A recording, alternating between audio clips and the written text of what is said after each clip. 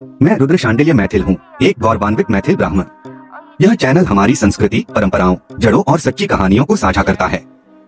ब्रजस्थ मैथिल ब्राह्मण वे ब्राह्मण हैं जो गयासुद्दीन तुगलक के शासनकाल से लेकर अकबर तक तिरहुत, मिथिला से भारत की तत्कालीन राजधानी आगरा में बस गए और बाद में औरंगजेब के कुशासन से प्रताड़ित होकर मध्य ब्रज के 3 जिलों में बस गए। ब्रज में पाए जाने वाले मैथिल ब्राह्मण उसी समय से ब्रज में प्रवास करते रहे हैं, जिन्हें मिथिला के प्रख्यात विद्वानों द्वारा शोध के बाद ब्रजस्थ मैथिल ब्राह्मण के रूप में जाना जाने लगा। ये ब्राह्मण मुख्यतः मध्य ब्रज के आगरा, अलीगढ़, मथुरा और हाथरस में रहते हैं।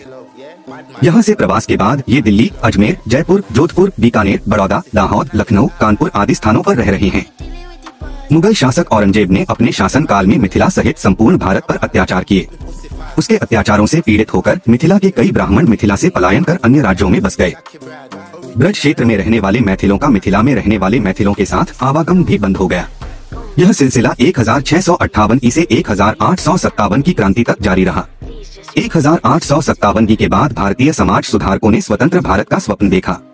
मिथिला का ब्राह्मण समुदाय भी स्वतंत्र भारत का स्वप्न देखने लगा। स्वामी ब्रह्मानंद सरस्वती ने इसी समय जातीय उत्थान की आवाज उठाई।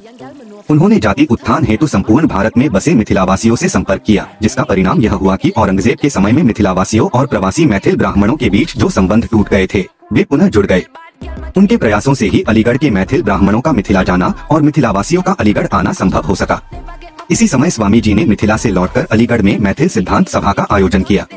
सिद्धांत सभा के कार्यकर्ताओं और मिथिला निवासी रूना झा के बीच 1882 और 1886 के बीच पत्राचार शुरू हुआ।